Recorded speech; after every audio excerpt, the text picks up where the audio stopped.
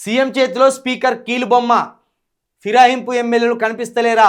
150 సర్పంచ్ స్థానాలపైన కోర్టుకెళ్తాం కేటీఆర్. పల్లెపూరులో అస్తం వికృత రాజకీయం. కాంగ్రెస్ బెదిరింపులకు భయపడతామా? బీఆర్ఎస్ క్యాడర్కు అండగా ఉంటాం. జనవరిలో బీఆర్ఎస్ పార్టీ సభ్యత్వాలు, కమిటీలు, శిక్షణ శిబిరాలు నిర్వహిస్తాం. సర్పంచ్ స్ఫూర్తితో పరిషత్ ఎన్నికల్లో తిరుగులేని విజయం సాధించాలి. BRS working president KTR. భువనగిరిలో సర్పంచ్లకు సత్కారం.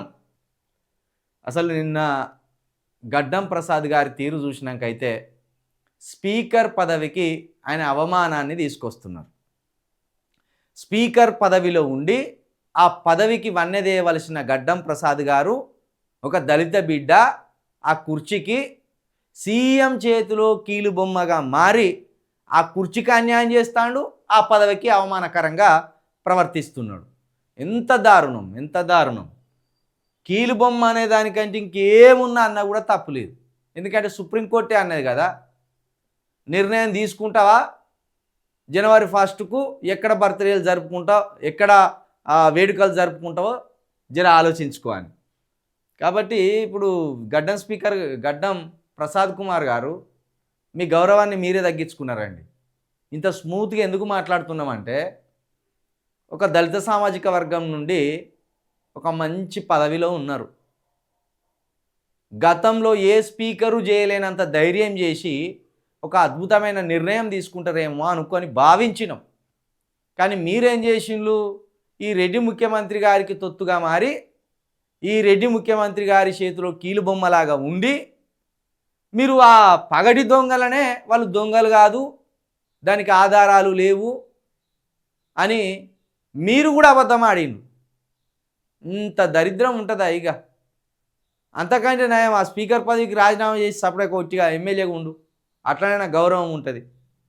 ఎందుకు ఇట్లా మనం ధైర్యం లేని పనులు, ధైర్యం లేని స్థానంలో మనం కూర్చుంటే ఆ స్థానానికి మనం న్యాయం చేయలేము. మనకు ధైర్యం లేనప్పుడు మనకు సూటబుల్ కాని స్థానంలో మనం కూర్చోబెట్టిననుకో ఆ పని మనం చేయలేము.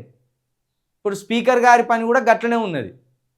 కాంగ్రెస్ పార్టీ స్పీకర్ గారి లెక్క ఎత్తండి ఆయనే. సరే, కాంగ్రెస్ నుండే మీరు గెలిచిండ్లు, కానీ ఇటు ప్రతిపక్షాలు అటు అధికార పక్షం ఇద్దరి మద్దతుతోటి మీరు స్పీకర్గా అక్కడ కూర్చున్నారు. స్పీకర్ మీద అవిశ్వాస తీర్మానం కూడా పెట్టవచ్చు.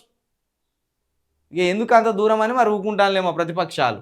ఇక ఇదే స్థానిక సంస్థల ఎన్నికల్లో నిన్న ముఖ్యమంత్రి గారు ప్రెస్ మీట్ పెట్టి ఏమంటాను, స్వేచ్ఛగా ఎన్నికలు జరిగినాయట.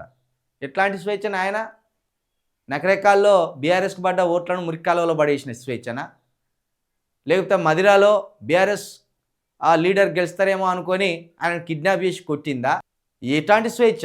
నల్గొండలో ఒక బీసీ యాదవ్ బిడ్డ నామినేషన్ ఎత్తానంటే సందీప్ రెడ్డి అనంటే ఆయనే కిడ్నాప్ చేసి మూత్రం దాగించిన స్వేచ్ఛన? ఇదేనా స్వేచ్ఛగా జరిగిన ఎన్నికలు? స్థానిక సంస్థల ఎన్నికల్లో గతంలో ఎప్పుడు స్వేచ్ఛగా జరగలేదట.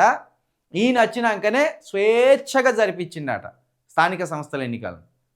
ఎన్ని చోట్ల గొడవలు, ఎన్ని చోట్ల రక్తపాతాలు, ఎన్ని చోట్ల కత్తిపోట్లు, మర్డర్ కూడా జరిగింది కదా, చంపేసింది కదా ఒక వ్యక్తిని, సర్పంచ్ అభ్యర్థిని. స్వేచ్ఛగా జరిగినాయి అని చెప్తాను. ఇక ఇప్పుడు ఈ దొంగలు 10 మంది దొంగల మీద సుప్రీంకోర్టుకు వెళ్ళినట్టే కేటీఆర్ గారు ఈ 150 సర్పంచ్ స్థానాలపైన కూడా కోర్టుకు వెళ్తామని కేటీఆర్ గారు చెప్తున్నారు. ఇక జనవరిలో బీఆర్ఎస్ సభ్యత్వాలు నమోదు చేస్తారట. సభ్యత్వాలు నమోదు చేసే దానికంటే ముందు పార్టీ కార్యకర్తలకు శిక్షణ శిబిరాలను పెడితే బాగుంటుంది. ఆ శిక్షణ శిబిరాలు కూడా ఉన్నాయట. ఎందుకంటే బీఆర్ఎస్ పార్టీ అనేది ఒకప్పుడు టీఆర్ఎస్ పార్టీగా ఉన్నది. ఇప్పుడు 11 సంవత్సరాలు గడిచింది, కొత్త తరం వచ్చింది. ఉదాహరణకు మీ పార్టీ అధికారంలో ఉన్నప్పుడు పుట్టిన పిల్లలు ఉంటారు, వాళ్ళు ఇప్పటి వరకు 14-15 సంవత్సరాలకు వచ్చి ఉంటారు. ఈ బీఆర్ఎస్ ఏంది, ఈ పార్టీ ఏంది అనేది వాళ్ళకు తెలియదు.